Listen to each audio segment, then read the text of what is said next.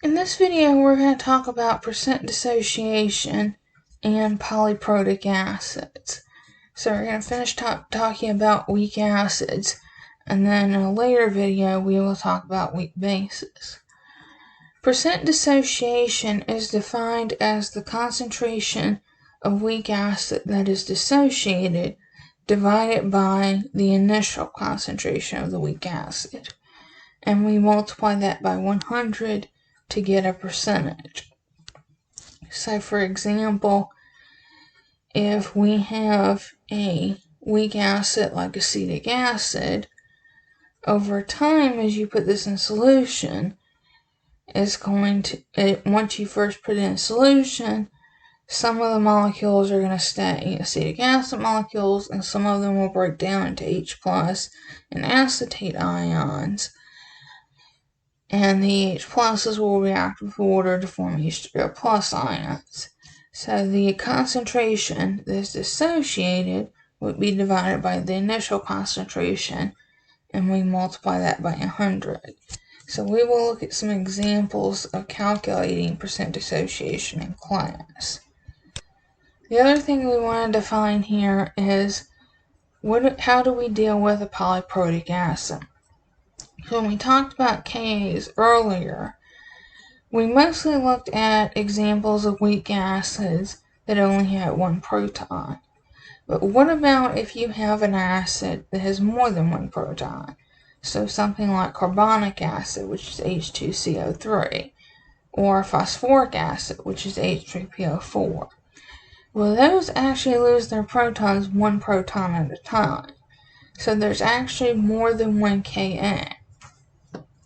So for example, if we start with carbonic acid, when it loses the first proton, we get H3O+, and then we get HCO3 negative as our anion.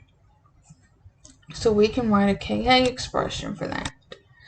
And the Ka expression would be H3O+ times the anion, which is HCO3 negative, that's the concentration of those two, over the concentration of H2CO3. And that Ka value can be calculated to be 4.3 times 10 to the negative 7th. But this is only Ka for the first dissociation. HCO3 further breaks down into H3O+ and CO3 negative. So we can write a Ka expression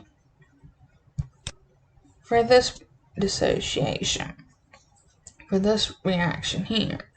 And this one would be H3O+, concentration of H3O+ times the concentration of CO3 negative over the concentration of HCO3-. So there's a Ka expression for each one of these, and when you're dealing with a polyprotic acid, you need to be specific about which one you're talking about.